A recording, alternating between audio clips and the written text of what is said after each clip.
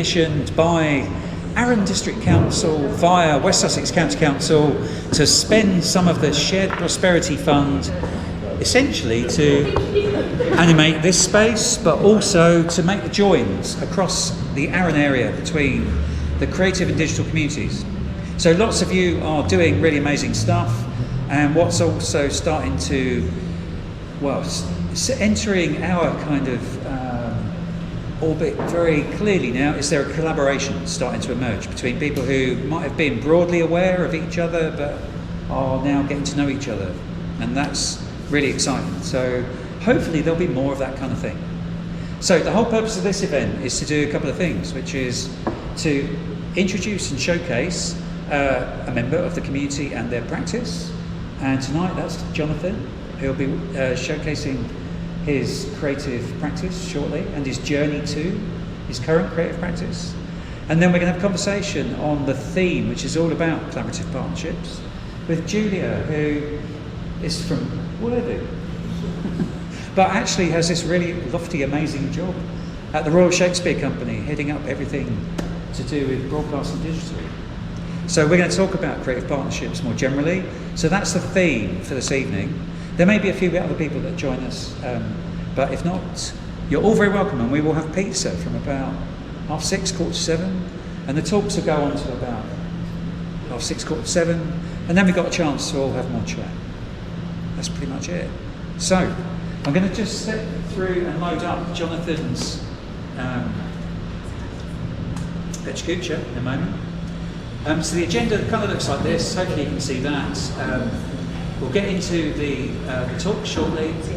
We've got a few announcements to make, and that's basically just a bit of a notice board place actually, and Ben's going to talk about a new initiative which kind of dovetails with what we're doing with this community. So hopefully that will give a little bit more insight into how we're also connecting into other things along the coast and into the Arts Council's work nationally, and what that kind of means for everybody here as well, potentially. So that'll be a little bit down the line. But first up, it's Jonathan. And reading my Instagram feed. I've snaffled. Yeah. Your Instagram feed. I took a random screenshot on the train this morning of some of your work. But everything that you're going to talk about will be divulged in just a moment. So let me just load that up. Okay.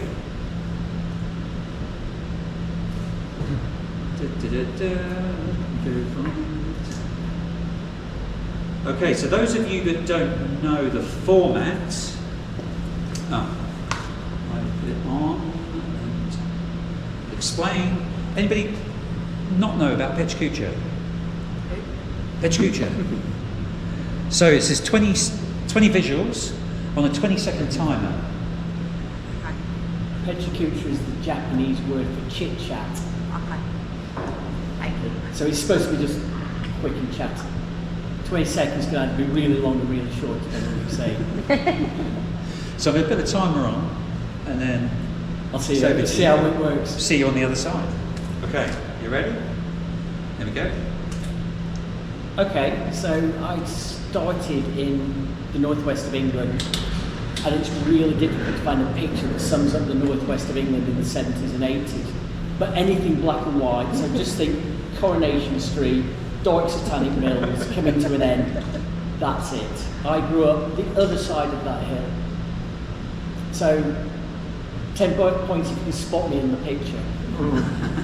I did 1 year at college, and that was it. Couldn't stand anymore. And any extra points for what the hell I was thinking with that haircut. So I was looking for a bald person. So a big chunk of my horticultural career has been moving big trees and selling big trees. So that is what's known in the trade as a tree spade. So I've sold trees up to 1.5 metres in girth, so put your arms like that in a pot, ready to go. Then 15 years ago I got made redundant and got asked to write plant descriptions for a website, and at the end of that meeting someone said, "You used to take a good photo, why don't you take some for us?" So I thought, yeah, that's fine. I went out that afternoon and bought a camera. and literally taught myself overnight. So the first job I got that wasn't photographing plants was in a bakery in North London, and after 3 days of no daylight, walked out on my way home, went into spilled water on my jeans and thought, something feels strange, and realised I'd spent the entire week covered in icing sugar, and my jeans just went white and sticky.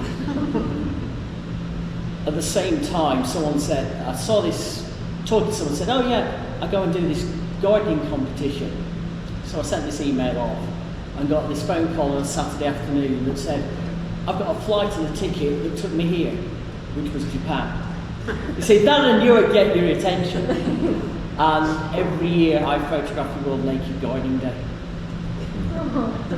I had to fill a risk assessment out to do that shot, and it said, no nudity before 6 o'clock for risk of shock to the public, and no nudity on the cactus beds. I had 20 men that were going nowhere near a cactus. Randomly during a photographic career, I thought, I'd like to go and photograph a festival, so I asked, and they said yes. God knows why, I had no experience. So I ended up photographing the Boardmasters Festival for several years. And you think, oh, that's great, go to a festival, you get to see all the bands. That's what I see at the festival. I get 3 songs for every artist and backing the president to get rid of the photos before you're off out 45 minutes later to do it again. And you can see from the guy on the right hand side, he's about as interested in most of the work as I was at the time. And sometimes I just go and ask, can I do this? So I was photographing the Hampton Court Flower Show. I thought, oh, I wonder what it looks like from the top of Hampton Court Palace. Found someone who worked for the Royal Palaces and went, can I get on the roof? And he said, yeah, as long as you can come before 7 o'clock in the morning. Again, random twist, I said, oh, photograph music, howsoever I can do skateboarding. And every summer now go and photograph skateboard competitions and festivals around England and occasionally into Europe. And it was just much easier to do before Brexit, to pick up work. I lost 20% of my work because of Brexit. Another random twist, someone said, I'm doing this app on Alexa. So you can ask it how to look after your plant. So if you have an Alexa and say, how do I look after the plant? I wrote the words. So Alexa is not that intelligent because I do dubious things. Another random request, can you photograph road cones? Someone's got to do it. So this was one shot. The same week I was on the M5 at 6 o'clock photographing the rolling roadblock while listening to Radio 2 talking about the delays caused by this rolling roadblock, thinking, yeah, that's me. Same year, I got a request from someone who worked at the RHS who said, we've got this project, we're sending some seeds into space, how would you grow plants? So I built this system on a wet Wednesday in February on how to grow plants on the International Space Station that ended up at the Chelsea Flower Show.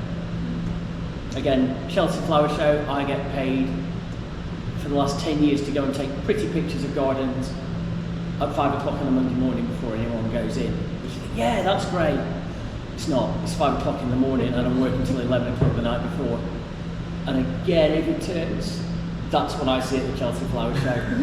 It's another dull box room somewhere behind the scenes. And I walk out when it's busy and go, God, where did all these people come from? Completely forgetting about 2 days of wandering around. You can walk from point A, it takes 5 minutes. Show opens, it takes 25 minutes to do what I did in 5.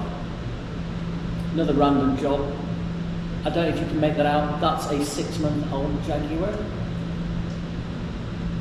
And I got asked to, oh, ponds leak, can you sort them out? So spent several weeks in a summer fixing ponds for big cats. Jaguars, tigers, and they sit there and watch. As lockdown came, I did a lot of food photography. What they call a charcuterie, I am convinced is nothing more than dairy Lunchables for adults. It's cheese, it's meat, it's a biscuit, it's Lunchables, however you dress it up. That's the Lunchable section from the Cat Cafe. So again, photographing food, lots of Indian restaurants on the delivery apps, and I often get invited back to go and photograph them properly. This one, they turned up, I was photographing naan breads in the tandoor oven on a Saturday afternoon. They thought, oh, lots of flames and they look good, so I'm stood over the tandoor and got burn marks up my legs. Don't recommend it. Again, still get involved in gardening. Answered an ad on Facebook. Can someone build me some raised beds before Easter? 10 years later, I'd done the 2-acre garden, including this was a natural swimming pond. But she said, there's a hole there, clean it out with a digger, see how big it is. 45-metre swimming pond. She was only after something she could just go up and down in a few minutes, not something that was an Olympic-sized pool. Thank you. Amazing.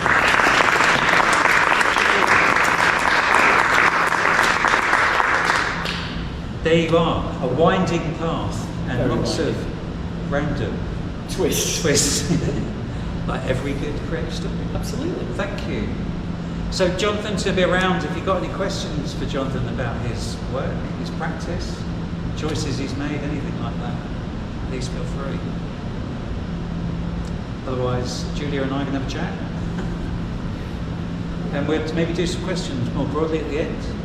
That sound okay? Right. Are you ready? Okay. Come and have a seat over here. Thank you. So I'm going to, in fact, give me 1 second, sorry. Let me just put this back on. That's it. Jonathan, there's a plan in the way. What do you do about it? There you are, with a picture of yourself. It's plastic. Now, I've got 2 confessions to make. I'm really sorry, I didn't do the intro for you, Jonathan, that I intended to do about you and your practice, but you've just explained it. So you're a horticulturalist and you're a photographer. And you're doing a business, hence being on the course. Yes. And that business Is taking all these images that I've got and turning it into an image library so I can sell them. there we go. Purely because I've taken all these images for customers who no longer exist and they just sat there doing nothing, so they want to generate some income. Rather There we than go. place them with an image library and get 2 pence a job. There we go. So, sorry, that was confession number 1. And confession number 2 was, that's a placeholder. And I was going to put some creative imagery in, and I didn't get around to it. I'm so sorry. That's okay. But Can we move on to the next slide then? the next slide, in fact, is announcements. But if you'd rather, I'll put that on the I screen. can't see it. Okay, you can. Shall I move this? Do you know what? That would be great. Thank you. There was quite a lot of really interesting stuff in what you sent me as the bio, so I'm just going to read it so that I give the next bit of what we talk about a little bit of context. So let me just find my notes. I'm really sorry. Here we go. So we met a couple of summers ago when Julia was working at Chichester Festival Theatre, and I thought, my gosh, you've got a fascinating story to tell.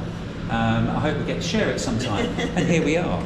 And all the official blurb, Julia is currently serving as the head of digital and broadcast at the Royal Shakespeare Company, previously held the role of creative digital producer at Chichester Festival Theatre, 21 to 23. And before this, and this is what really relates to the subject matter from my starting point, if you like, is Julia managed the Audience of the Future project on behalf of Royal Shakespeare Company. Now that was a landmark project in lots of ways because the large-scale complex arts and research partnership funded by Innovate UK consisted of a consortium of 15 partners working together to explore real-time immersive performance, culminating in the main demonstrator performance Dream, delivered virtually to an audience of over 65,000 people from 90 countries. So I was thinking about collaborative partnerships. It's really great when 2 people who don't know each other get together and work together, but to do something on that scale is kind of like, my gosh, that's the top end of it. So could we start off by talking about partnership working? Yes. And how on earth do you get things like that started? Well, when I joined Audience of the Future, the project had already been greenlit. The partners were already in place, so arguably I didn't have to do a lot of the hard work. Okay. I just had to wrangle them once the project started. And actually, although there was 15 partners, a lot of the work packages we delivered were specific to each partner.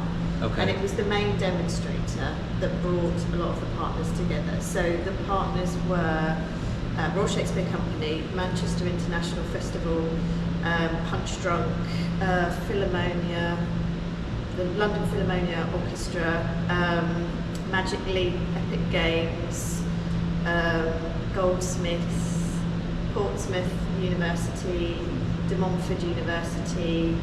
God, I don't even remember who a lot of them were. That's okay. But That's quite a lot. that was yeah. So that was the kind of the biggest number of them. And we, for the main demonstrator, it was Marshmallow Laser Feast. It was Royal Shakespeare Company, Marshmallow Laser Feast, Philharmonia Orchestra, and Portsmouth Uni that kind of did the main work. Okay. But then we did bring in other partners in, and we also had a digital advisory board on top of that. Okay. And that had people from Apple, people from Sundance, a lot of kind of high level, established kind of creative tech world people who kind of supported us through the journey. So putting those relationships all together, I mean, yeah, vast and complex. How did you actually do what you did with all of those different people's needs to meet and realise, I mean, for all of us as creatives, how do you realise a creative vision with that many people to keep happy? Because that's... you have to be very diplomatic. There are a lot of egos that you have to negotiate, but everybody has something, a specialism to bring, and they're there for a reason. So it takes a long time to get into a rhythm, and my job really was trying to keep everyone happy, everyone on budget, everyone to time, which was difficult because also you had you had universities that worked to a very different time scale. You had SMEs that worked to different timescales. We all had different organisational structures as well. So that was quite difficult to navigate. RSC obviously being the biggest one, and there were lots of processes and procedures that we were trying to having to bring people up to speed very quickly on because they're not used to having to go through so much red tape. Right. But actually I think it's the common goal of the purpose of the project, which was to look at how we could explore creative technology and live performance, and what did that mean. And over 26 work packages, which were basically 26 little projects, we covered a really wide breadth of work, and it was down to the big demonstrator, which was the biggest focus. But also there were really crucial pieces of work we did, which was about language and communication. So the words people use in a theatre world versus the words people use in for Marshmallow Laser Feast were very different. So actually it was finding a common ground, because you can't go into a space assuming that the language that you use, people naturally know what you're talking about. And on that, Marshmallow Laser Feast, crazy name if you don't know them, they make the most bizarre but outrageous immersive experiences. So museum installations, physical participation meets digital type things in places like that crazy looking building in Dubai. Yes. That great big enormous thing that looks like a great big And they aluminium just did pebble. Sweet Dreams at Manchester International Festival, which was a huge piece of work for them. So it was a really nice. Robin, the creative director of Marshmallow Laser Feast, and a very traditional theatre designer called Stephen Brimson Lewis, who are arguably very different in their practice, kind of fell in love and really worked amazingly together because they were so in awe of the other person and what they'd done, and there was beautiful moments like that. So being project manager, just being a bit of a project management geek myself from a previous life, boring bit in all of this, did you employ a methodology, or as in like... Organised chaos. Yeah. We tried, and actually that was the hardest part because everybody communicated in very different ways. Yeah. So your marshmallows talked on Slack all the time, Trello boards, Miro boards, very digitally literate and talked very easily like that. And then the RSEs were a bit like, oh, we're not sure about this. And that was what we never found in the 2 years that we did the project was actually a platform that we could all communicate on all the time. Right. Because trying to retrain people that was a challenge. And we got there, but a lot of my job was translating stuff off Slack, putting it into email, WhatsApping, putting stuff in a Trello board, looking at, so that was a juggling act for me. So communication with different people's needs met through different systems, just to glue it all together, really. Yeah, and also Innovate had very strict reporting guidelines. We had to meet with our monitoring officer every 3 months. We had to deliver to him in a very specific way as well. So there was an added layer on top. That's complicated. You might have also heard that RSC is doing something really ambitious now with a video game about Macbeth. Yes. Could you tell us a bit about that and how's that working as a collaboration? That's a really nice collaboration. It's a much slower burn. So we've been working with InGames for, well, my boss, the Director of Creative Innovation, has been in touch with InGames for at least 5 to 6 years and have been germinating this idea. And InGames are a New York-based game company. It's run by a couple, Naveed and Bessie Kansari. Naveed was the creative director of Rockstar Games and did Grand Theft Auto. They built their own gaming studio and they made a game called 1979 Revolution, which was about the revolution in Iran. Lily Macbeth is set in modern day Iran, and it focuses on Lily, so the Lady Macbeth character, and the 3 witches are computer hackers, and you are trying to communicate to Lily to instruct her to help her make choices. So as you follow the Macbeth kind of story, you will help her, inform her, and ultimately try and help her to, kind of navigate her way. We've done a vertical slice of it, and we've got a demo that we've created, and we shot that in Birmingham. We've now got Alhambit Productions, which is a Parisian production company, on board as well, and we will kind of now put it out there to try and get a publishing deal. So what obviously we don't have are the resources to build a game, because it's millions of pounds, and it's a world that we've never navigated before either. So it's interesting and it's really exciting, but we're having to learn as we go. Amazing. So when will that game be playable? As I'm in not even sure. testing? So we've got like a 15-minute kind of demo, and I think that will go out. So we'll kind of now do the conference circuit, and now it's getting interest and getting partners and getting funding so that we can make a game, and it will sit on Steam. But this is we're kind of now at the crossroads of trying to discover how we navigate that. Yeah. Because as a very traditional theatrical company, we've not done that before. So it sounds an amazing project, and so Epic Games, you mentioned previously, still got any connections there? Might be something that they'd be interested in.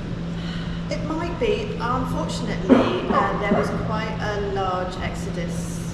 There was quite a lot of redundancies done a couple of years ago, and all of our contacts went.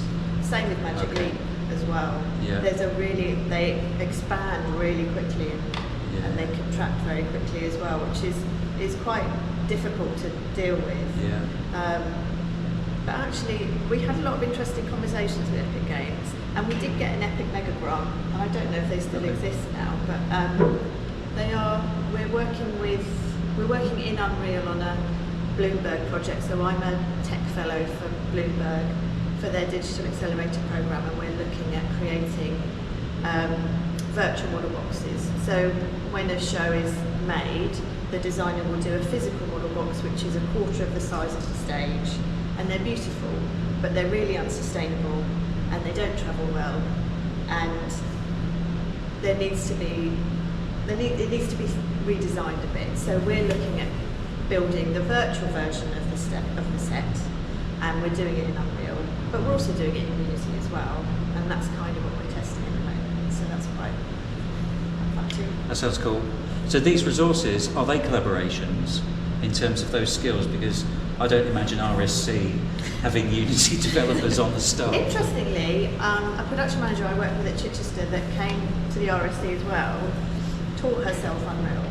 Okay. So there is an advantage in that we do have someone that speaks the language. Yeah. But what we found actually was Finnish National Opera and Ballet, they have a platform called XR Stage. So they create all of their sets virtually, and they have an in-house pre-visualizer.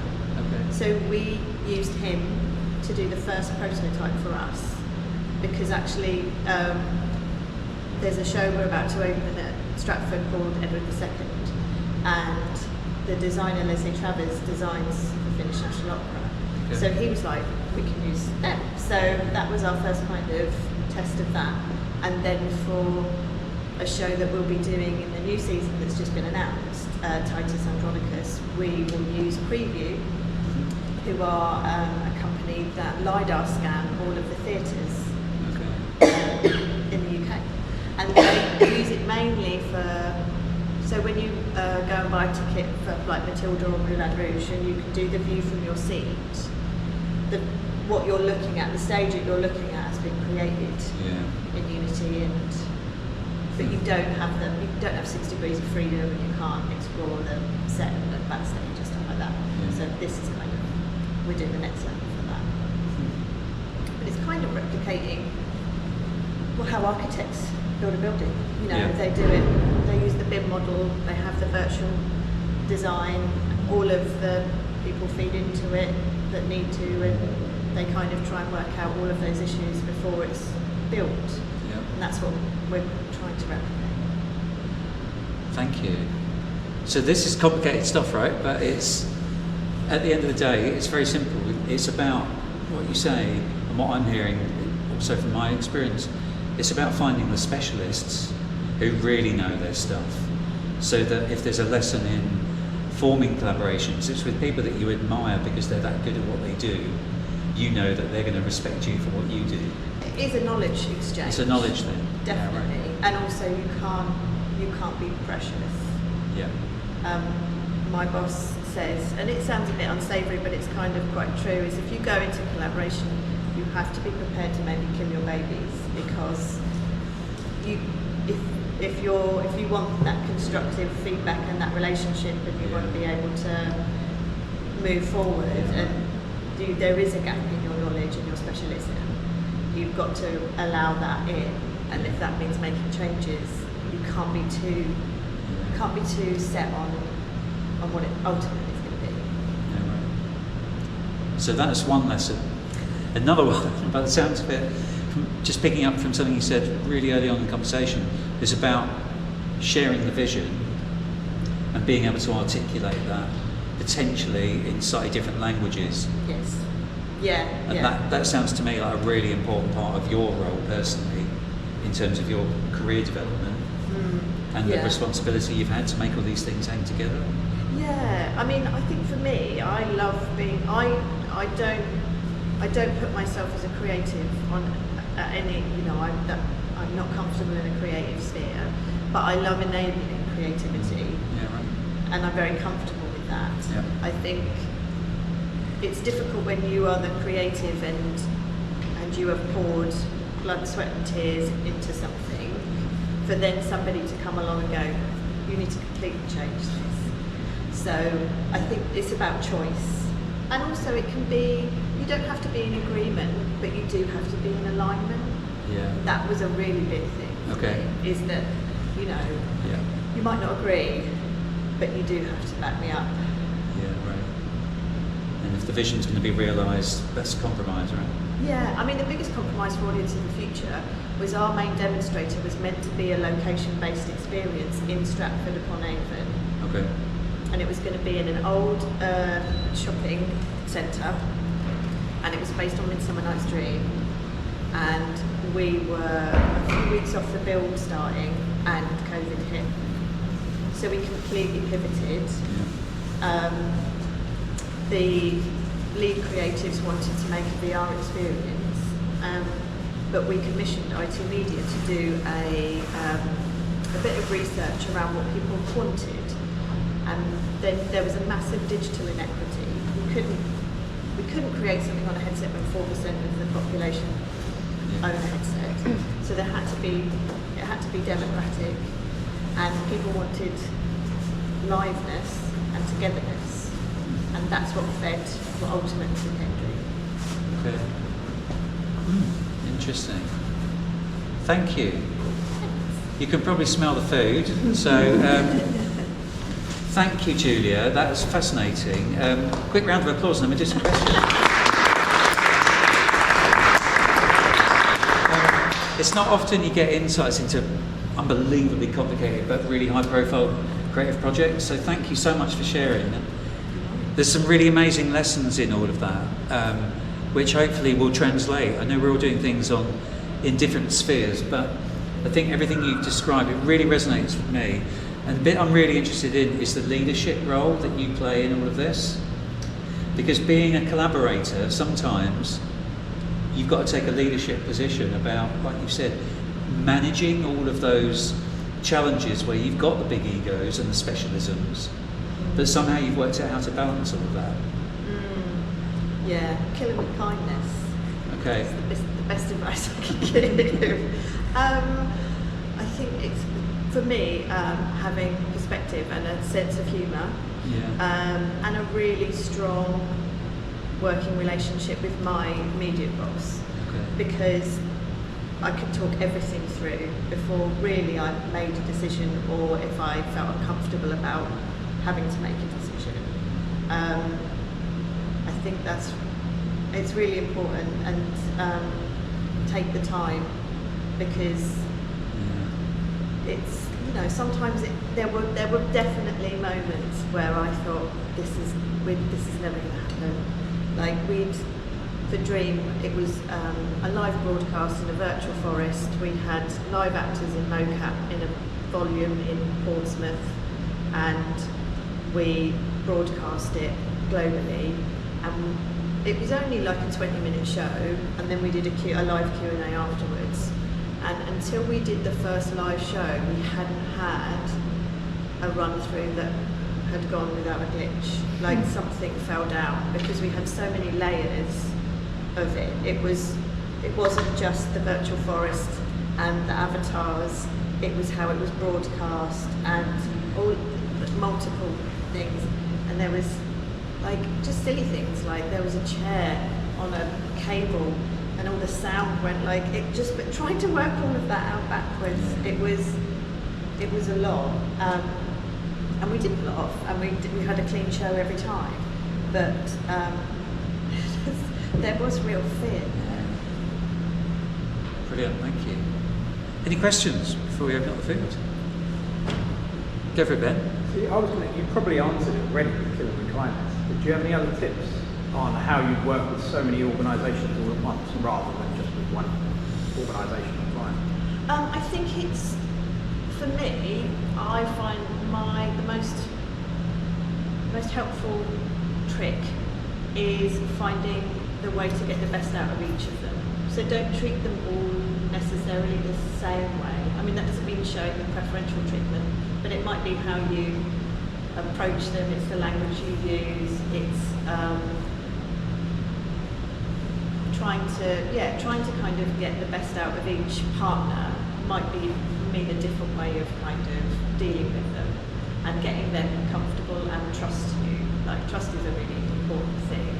I think my door was always open, like if anybody wanted to talk anything through. And actually, most of them kind of played nicely, most of the time. I think again when this was such a kind of a groundbreaking big project that everyone was just really happy to be involved. But that doesn't mean that it was smooth and easy. But there's definitely learnings that I've taken that I apply now, even if I'm just dealing with a new collaborator. I think you've got to take the time to get to know them and also let them know you and how you like to work and what's best. We talk about clear contracts. So not like a legal contract, but a clear contract, and it can be just quite simple, but it's like, I will do this, I won't do this, I can do this. So just being really clear where your boundaries are and what you're able to facilitate for them. Thank you. Brilliant. Anybody else? Okay. Should we run through the announcements? So I want to get Ben to share with us. You want me to do that now? Yeah, is that okay? How can I follow that one? Well, Julia's going to be around, so if you do have some things percolating and want to ask some questions, you're here with us until Whenever. 7:30. Yeah. Thank you. Brilliant. Okay. Ben. Do you want me to come over there? Yes, come on. So, this part of the evening, we're just going to announce a few things, and it's really nice to actually be able to talk to Ben with wearing another hat. Yeah. So, Ben is going to tell us a little bit about this new thing he's got involved in. Okay, so I'm not going to ramble on for very long. Some of you I've met before in the past in other projects. I'm Ben Kavanagh. I'm a mural artist and an illustrator based in Littlehampton. Been working in this area for many years, doing lots of different things with councils and spray painted murals and digital art, and worked a lot in youth centres and schools and connected, young people with creative arts. And then this project came up, which is Future Creators, which is under the umbrella of Brighton Festival and Dome. And what they've got is called the Creative Catalyst, and it's from Bexhill all the way through to Bognor Regis. And what we're trying to do is we're creating these little hubs along the coast, probably the best way to say that. So we've got Bexhill, Brighton, and then now I'm the coordinator role for Bognor Regis and Littlehampton. And what we're doing is we've got funding from the Arts Council. There's a lot of other different parties involved, Delaware Pavilion and Talent Accelerator, and loads that I can't think of right now. And for the next year, what we're trying to do is connect young people from 14 to 25 in with creative individuals in our area and along the coast, and to show them there is a creative pathway that they can get involved in and how they can work on. And it's kind of just getting creative industries on their radar more, rather than them thinking, there's no way that I can be a creative and I can't, find a career in that sort of, industry, or I have to go to London or I have to go further because there's not those, those connections down here. So it's kind of what we're trying to do is work alongside organisations and independent artists to kind of help the creative infrastructure that we've already got down here, and so that then in a year, if we don't have any more funding, we can step back and go, right, well, there's been some more networking, there's been some more connections with the young people to inspire to carry on creating. So yeah, again today is perfect because collaborating is very much what we're doing. So there's a lot of different projects, there's a lot of different things that we're going to be doing over the next year. One of the things that we're trying to do is we're connecting with the Regis School and Littlehampton Academy and some of the youth centres, and we're creating youth boards to give them a voice to see what they want in our town for events as well as workshops and things. And what I'm asking now, but we are giving a go, is if any of you are interested in possibly being involved in any of those projects, if we can kind of inspire some of the young people in our areas. We're thinking of doing some short form videos on, if anybody's interested in creating these short form videos, to just give you give us a bit of backstory on where your creative journey started and how it went, to inspire some of the young people in the schools, and then from then onwards, I think that's what projects. Hopefully. Brilliant. That sounds great. So if you're interested, get in touch with Ben. Email's on here. I've got a little form as well. And you've got a I've form. printed out, Amazing. well not a form, but so basically if I'm happy to give out my email and come and talk to me, and I'll tell you a bit more about the project. But if any of you are interested, if you wouldn't mind putting your email, and I can get back to you and go from there as well. All right? Brilliant. That's a pen. Thank you.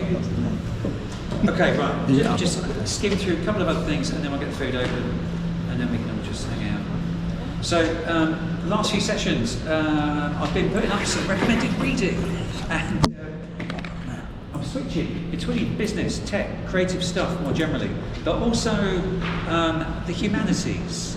So, anybody read this one, Humanly Possible?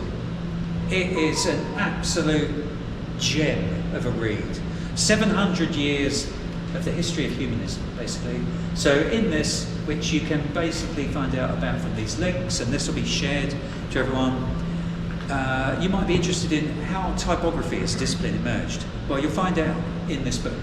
Very interesting. About the 11th century in Italy, typography emerged. Just one of the many, many things, but it's a wonderful book. I actually listened to it on Audible, in and around, doing other things, and it's a joy. So I totally recommend it. Loads of wonderful things about it. The author, Sarah Bakewell, has written some amazing books on thinking. The Existentialist Cafe she also wrote, which is a wonderful, accessible entry into philosophy, should anybody be interested. But yeah, totally recommended. And the reason I put it up now is because actually, even though I'm a creative technologist for 30 odd years, the onset of everything to do with Elon Musk and all of that craziness at the moment, I would just like to put the word human up front whilst we're all thinking about what we might do next with AI and all the rest of it. So this will help shape a perspective on all of that tech stuff. There we go. A couple of other things. The mailing list that we've set up for this community. Encourage everybody, if you haven't, all you got to do is send an email to that address and you can join the mailing list. And it's a way of us just being able to share. Okay? So if you've got an announcement to make, you might be looking to sell some equipment or get a collaborator on board or post a job or a work experience opportunity, whatever it might be, it's a way of sharing it with the community. Okay, so it's a bit of an experiment, just linking people together. Those of you who've been before have heard me bang on about how in Hastings there's 1,000 people on one of these mailing lists, and so if you want to know who's who and what's going on over there, you go on Hastings Creative's mailing list. So we're just trying to emulate what works in other places, try it out, see what happens.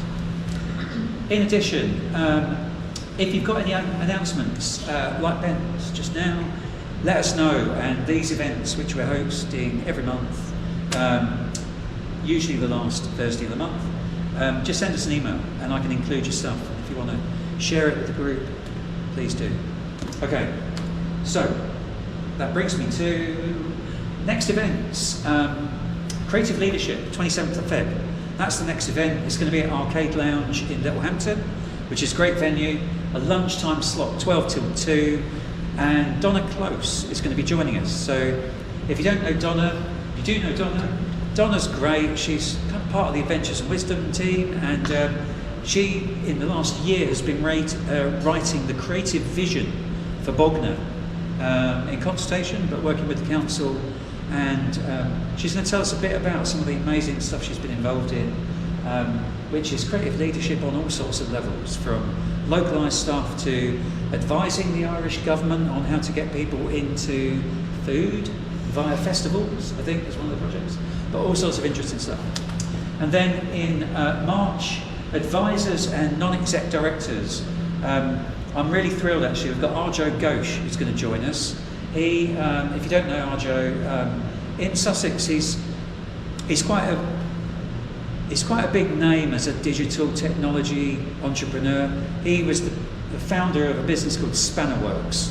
It was the first SEO agency to win national business, and he sold the business and made loads of money, and then that business got sold on, and he learned a thing or two about building relationships with customers, and establishing a team and his own methods.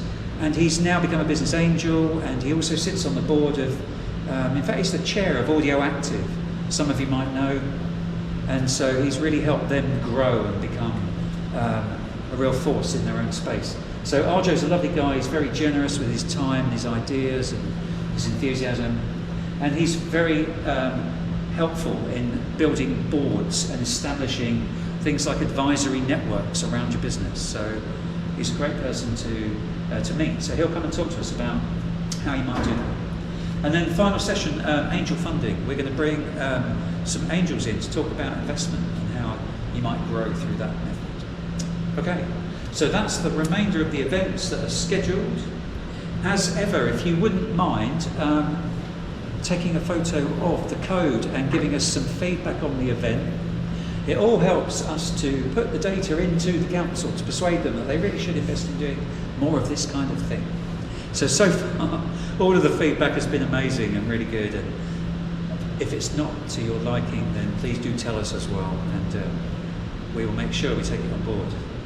So that's about it. Thank you. The talking is over. The food can begin. 1:45, just after.